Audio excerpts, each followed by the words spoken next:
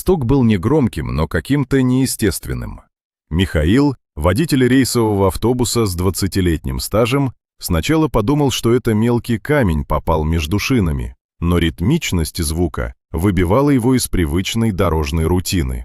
Каждый оборот колеса сопровождался глухим ударом, будто кто-то бил кулаком изнутри.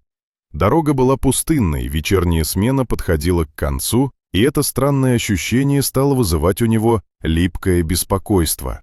На ближайшей остановке он заглушил двигатель и вышел осмотреть колеса. Вечерний воздух пах влажным асфальтом и гарью от тормозных колодок. Михаил присел, проводя рукой по резине, и вдруг заметил тонкую полоску грязи, которая шла неестественно ровно вдоль диска. Его дыхание сбилось, словно за грязью скрывалось что-то большее.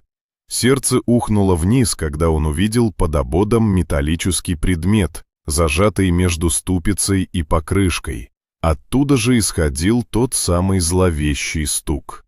Он осторожно потянул находку на себя и почувствовал, как холод пробежал по спине.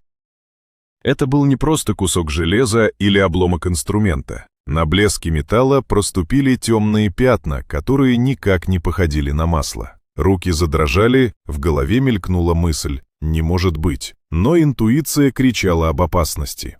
Михаил огляделся, дорога была пуста, лишь одинокий фонарь освещал асфальт. Ему стало не по себе, будто невидимые глаза следили за каждым его движением. Он не стал дальше вытаскивать находку, только приподнял край, и тут на землю скатилась маленькая вещица, застрявшая между металлом и колесом. Михаил замер.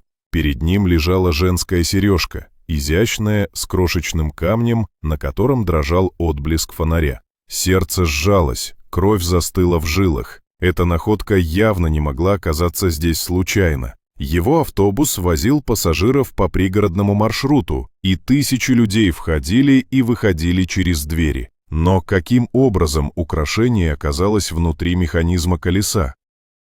Дыхание перехватило, когда в голове возникла еще более тревожная мысль. Что если металл под ободом скрывает что-то куда страшнее? Михаил почувствовал, что стал свидетелем чего-то, к чему он никак не готовился. Ему хотелось отвернуться, забыть, закурить и поехать дальше, но совесть и профессиональное чувство ответственности не позволяли. Взгляд снова упал на сережку. Он узнал дизайн, такие украшения продавались в ювелирном салоне неподалеку, и там работала жена его давнего знакомого. Едва уловимая догадка, еще не оформившаяся, сжала горло. Михаил выпрямился, взглянул на кабину и понял – надо звонить. Внутри росло напряжение, как пружина, готовая сорваться. Он достал телефон и дрожащими пальцами набрал номер полиции.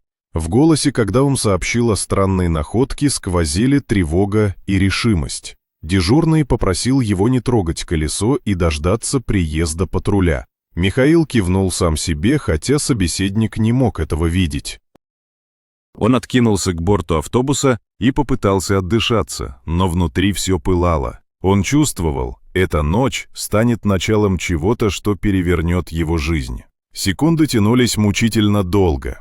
С каждой минутой ожидания фонарь над остановкой казался все тусклее, а тень автобуса все гуще. Михаил уловил шорох за спиной и резко обернулся, но никого не увидел. Лишь ветер играл обрывками газеты по асфальту. Его мысли путались, но одно было ясно – назад дороги уже нет. Что-то, спрятанное в колесе автобуса, таило в себе страшную правду, и он был единственным, кто успел ее заметить. Патрульная машина подъехала только через 20 минут, но для Михаила это ожидание стало целой вечностью. Он все это время стоял рядом с автобусом, словно охранял его от невидимой угрозы. Когда из автомобиля вышли двое сотрудников, молодой сержант и более опытный лейтенант, у него внутри что-то дрогнуло. Наконец-то он не один.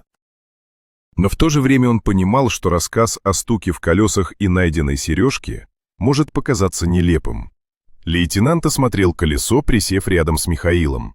Когда он приподнял металлический фрагмент, взгляд его стал жестким. Он молча достал перчатки и фонарик, осветил щель. Михаил заметил, как выражение лица полицейского изменилось. от легкого скепсиса до настороженности.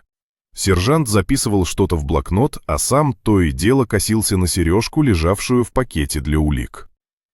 «Вы правильно сделали, что вызвали», — тихо произнес лейтенант. «Это не просто железяка. Здесь могли закрепить предмет с целью, скажем так, скрыть его». У Михаила от этих слов мурашки пробежали по коже. Он хотел спросить, что именно скрывали, но в этот момент лейтенант резко оборвал фразу и приказал сержанту вызвать криминалистов. Интуиция подсказывала. Полицейский понял больше, чем сказал. Они втроем отошли к патрульной машине. Лейтенант задал Михаилу вопросы о маршруте. Кто садился, кто выходил, не было ли подозрительных личностей. Михаил вспоминал последние дни. Все казалось привычным. Но одна деталь вдруг всплыла в памяти. Несколько вечеров подряд на Конечной садился мужчина в темной куртке, с лицом, которое трудно запомнить. Он всегда держался в стороне. Взгляд его был пустым, как у человека, скрывающего злую тайну. Пока Михаил рассказывал, криминалисты прибыли и начали осторожно разбирать колесо. Когда металлический предмет наконец вынули, сердце Михаила сжалось. Это был не инструмент и не случайный обломок. Это была небольшая стальная коробка, внутри которой что-то глухо перекатывалось. Один из специалистов, проверив коробку, побледнел и отступил. Михаил сразу понял, дело серьезнее, чем он предполагал. Вскоре ему велели отойти подальше. Лейтенант говорил коротко и строго, но в его голосе сквозила напряженность. Михаил услышал лишь обрывки. Опасный груз, замаскировано, кто-то хотел избавиться. У него перехватило дыхание. Все это происходило рядом с его рабочим автобусом, на котором он каждый день возил десятки людей. Мысль, что чья-то жизнь могла оказаться под угрозой, заставила его похолодеть.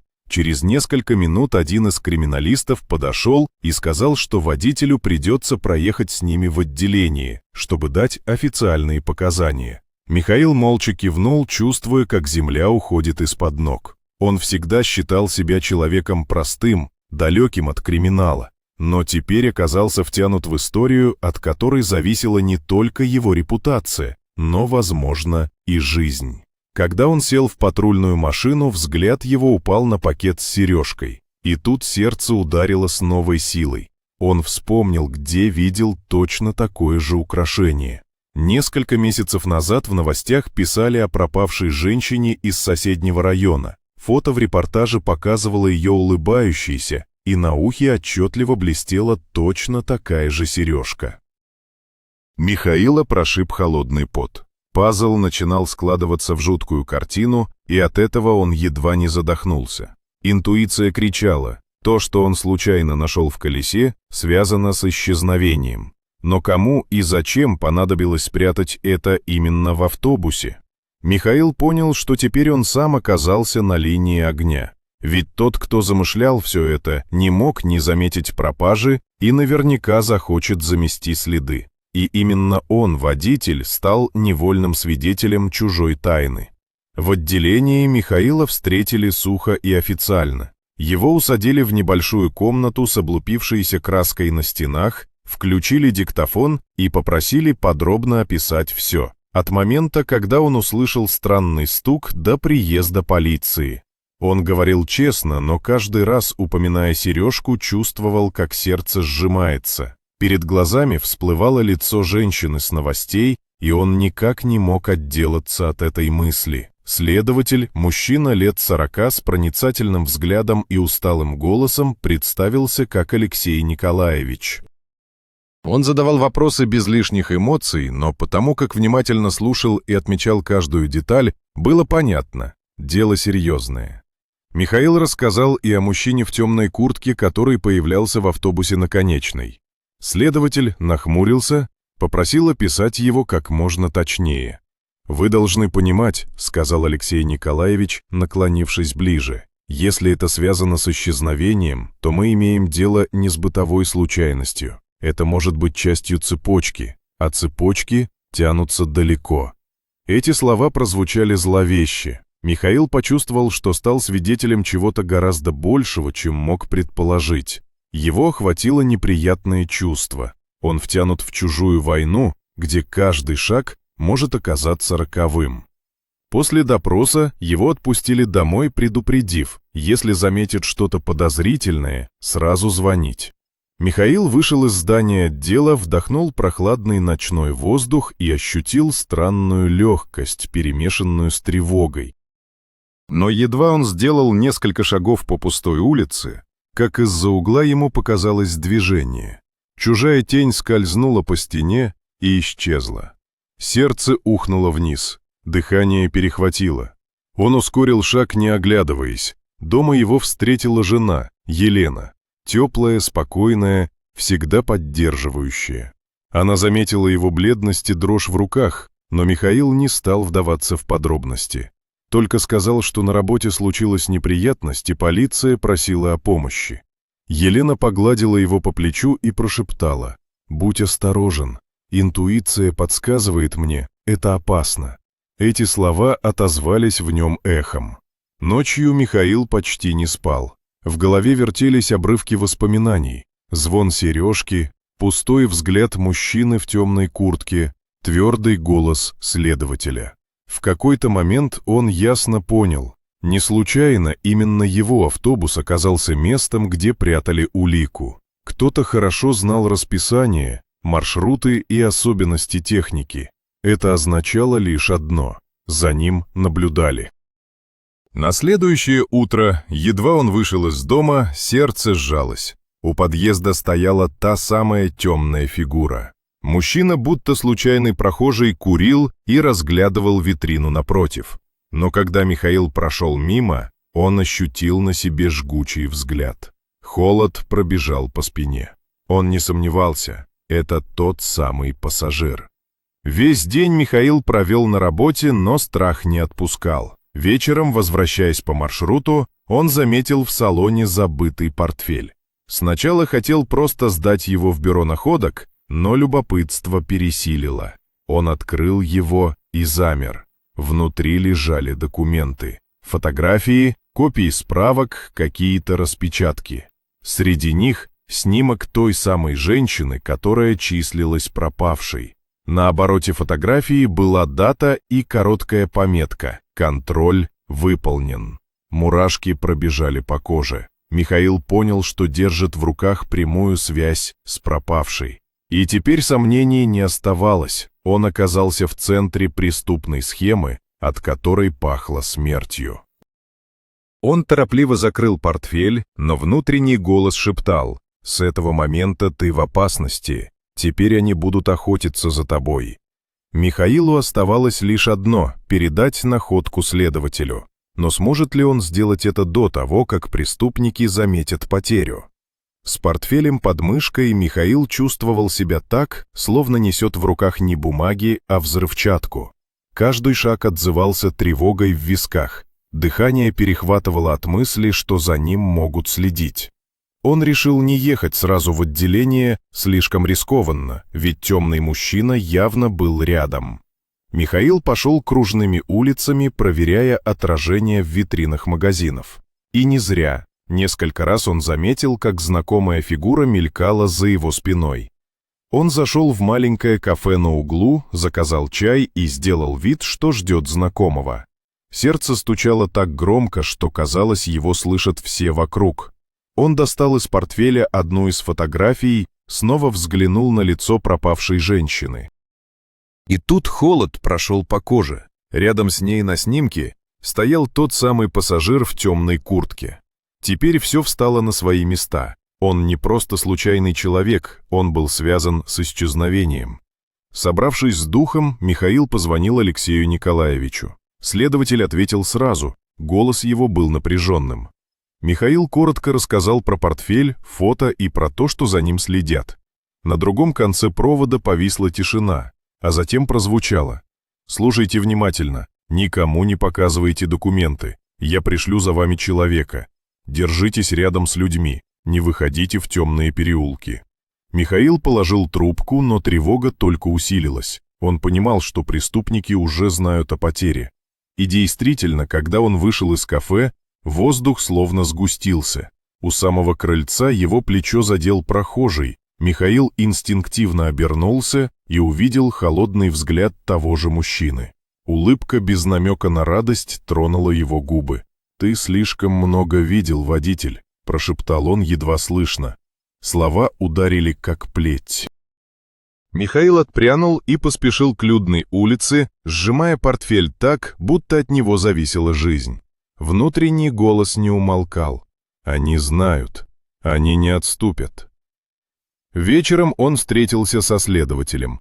Алексей Николаевич пришел не один, а с женщиной лет 35, журналисткой Анной, которую он представил как независимого союзника. Она уже давно копалась в исчезновениях людей в этом районе и знала слишком много деталей. Анна достала из сумки папку и показала Михаилу распечатки статей. Каждое исчезновение происходило по схожему сценарию. Человек пропадал без следа, а через неделю полиция находила лишь косвенные улики – украшения, документы, личные вещи. Все дела глохли без объяснений. «Я давно подозревала, что это сеть», — сказала Анна тихим голосом. «Кто-то умело заметает следы, и, судя по вашей находке, водитель, они используют общественный транспорт для перевозки и сокрытия улик». Кровь застыла в жилах. Михаилу стало страшно от масштаба происходящего. Он всегда считал себя простым человеком, а теперь оказался втянут в систему, которая проглатывала людей, оставляя лишь крохи доказательств. Алексей Николаевич тяжело вздохнул. Тут замешаны влиятельные люди, потому и каждое дело замирало. Но у нас появился шанс. Портфель — это ключ. Если получится доказать связь с конкретной жертвой, они не смогут отвертеться. Михаил почувствовал, как пазл начинает складываться. Его находка, сережка и портфель связали исчезновение с конкретными людьми. Но вместе с этим пришло осознание, теперь он мишень. Журналистка положила руку ему на плечо. «Не бойтесь, они привыкли, что все молчат, но у нас есть правда, а правда всегда найдет путь». Михаил посмотрел в ее глаза и понял, отступать нельзя. Но вместе с решимостью пришел новый страх. Ведь если в этой истории действительно замешаны влиятельные фигуры, то угрозы еще только начинались. «Правда, а правда-то всегда найдет путь», — договорила Анна, сжимая пальцами край стола. Михаил хотел ответить, но вдруг за окном мелькнули фары. Машина остановилась слишком резко, и в тишине это прозвучало угрожающе.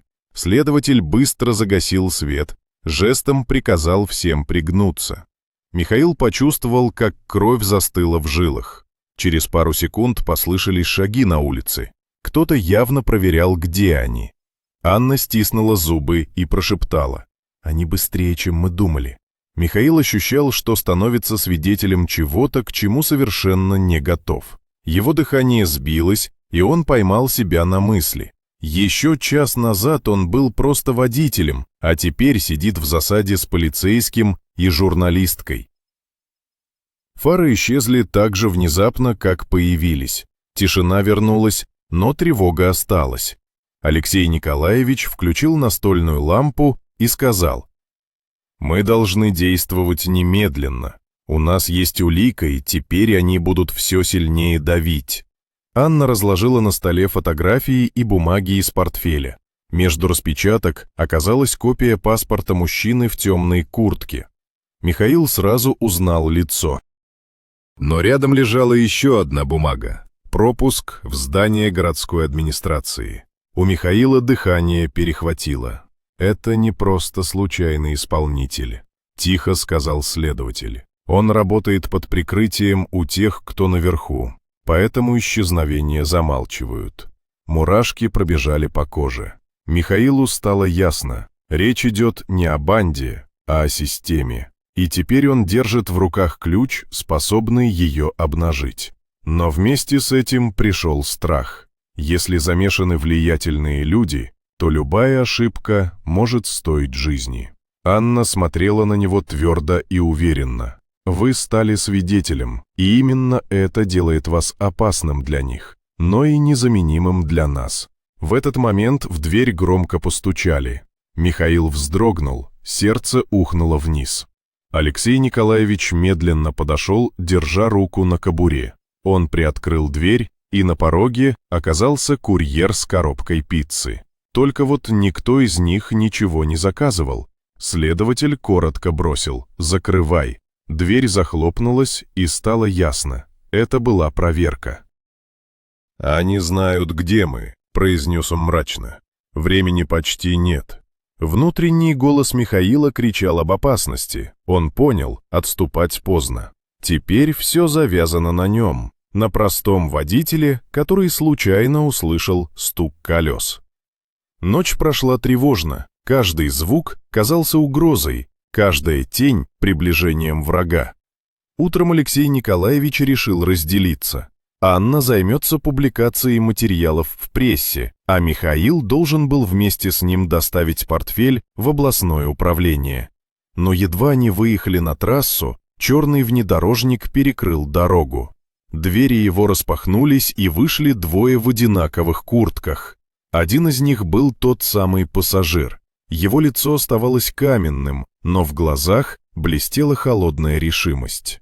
«Отдайте портфель и забудем, что мы вас видели», — произнес он глухо. Кровь застыла в жилах. Михаил понял, вот она, прямая угроза. И теперь от его решения зависело все, и правда, и его жизнь.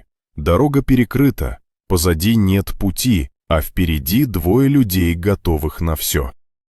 Михаил чувствовал, как ладони покрываются холодным потом. Алексей Николаевич прищурился и сказал твердо: «Мы не отдадим портфель». Секунды повисли в воздухе, как натянутая струна. Один из мужчин сделал шаг вперед. Его взгляд обжигал, дыхание Михаила сбилось. В этот миг он понял, еще чуть-чуть, и ситуация выйдет из-под контроля. И вдруг из-за поворота показалась вторая машина. Серебристый седан резко затормозил рядом, и оттуда вышла Анна. Она держала в руках диктофон и камеру. «Все записано», — громко произнесла она. «Любая попытка нападения попадет в прессу». Мужчины переглянулись. Один скривился, другой процедил сквозь зубы. Вы даже не представляете, с кем связались. Они медленно отступили к своему внедорожнику и, сев в машину, скрылись за поворотом. Но в воздухе осталось ощущение неотвратимой угрозы. Михаил, наконец, перевел дыхание, но сердце все еще колотилось. «Они вернутся», — сказал Алексей Николаевич. «Это только начало». Все трое понимали, отныне они стали мишенью. Анна настояла, что материалы нужно передать не только полиции, но и сразу в редакцию.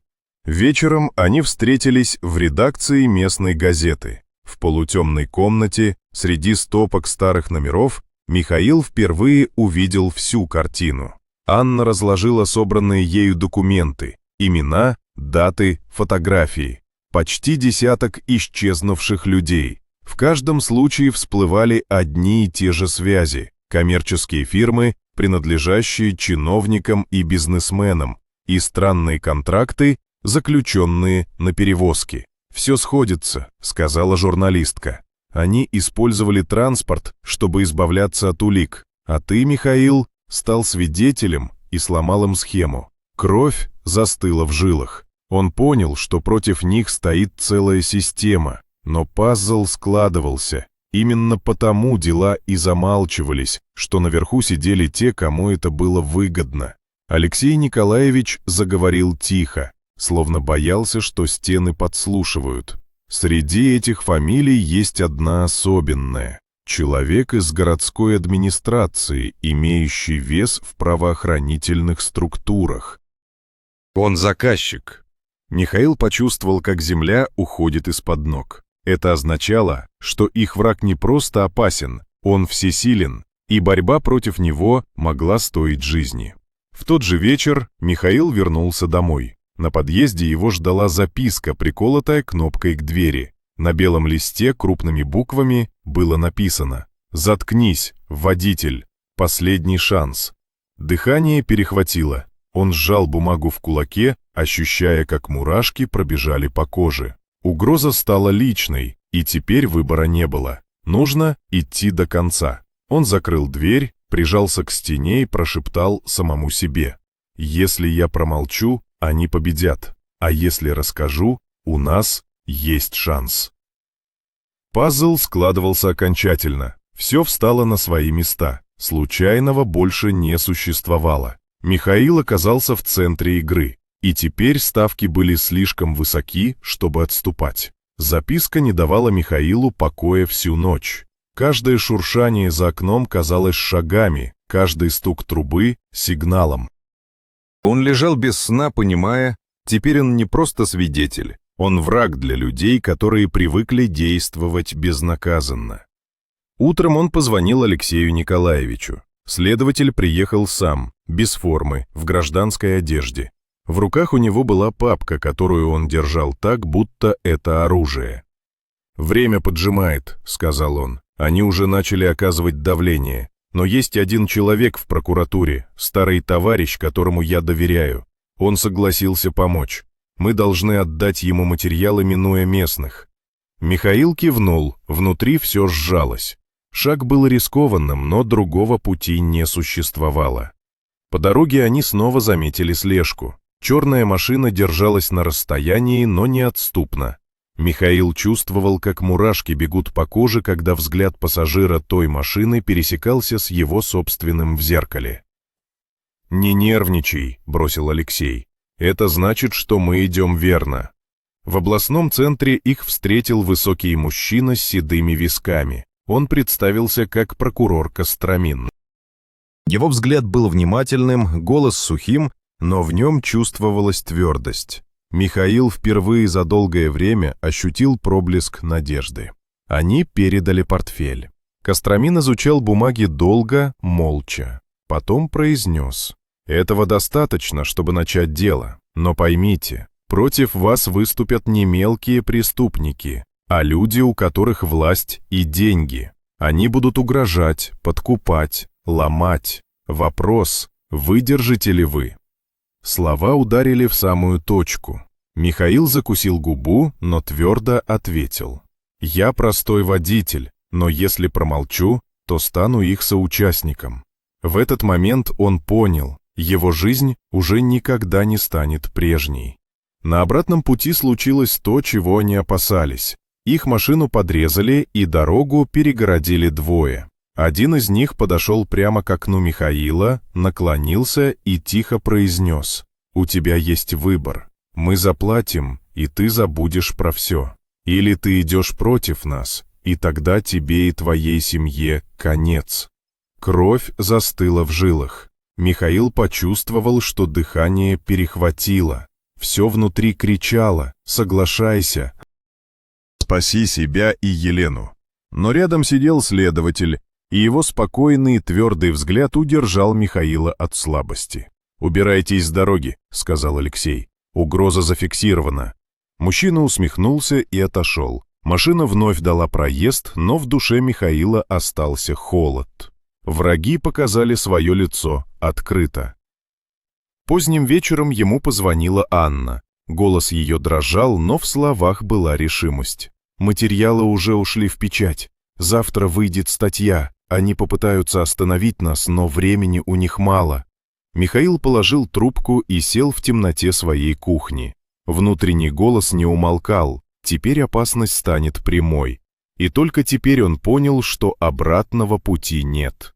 Впереди либо справедливость, либо гибель. Утро встретило Михаила тяжелым, почти свинцовым небом. Он вышел во двор и сразу заметил соседей, шепчущихся у подъезда. В руках у них были свежие газеты. На первой полосе красовался заголовок: «Пропавшие люди, автобус и чиновничьи связи». Под ним фото сережки, портфеля и размытый снимок мужчины в темной куртке. Анна сдержала слово. Сердце Михаила ухнуло вниз. Он понимал, теперь враги загнаны в угол и будут действовать отчаянно. И он оказался в центре этой войны. Телефон зазвонил. Алексей Николаевич говорил быстро. «Статья вышла. Мы ожидали реакции. Держитесь рядом с людьми и не оставайтесь одни. Сегодня назначено экстренное заседание суда по материалам. Они попытаются все замять, но у нас есть прокурор и журналисты. Михаил едва успел закрыть калитку, как на улице резко затормозила машина. Двое вышли, знакомые лица, холодные взгляды. Один из них громко сказал: «Ты сделал ошибку, водитель, мы предупреждали». Михаил почувствовал, как кровь застыла в жилах. Он шагнул назад, но тут же в переулке появилась другая фигура. Это был Костромин, прокурор, в сопровождении сотрудников. Мужчины мгновенно скрылись в машине и уехали, оставив запах сжженной резины. «Теперь они не остановятся», — сказал Костромин.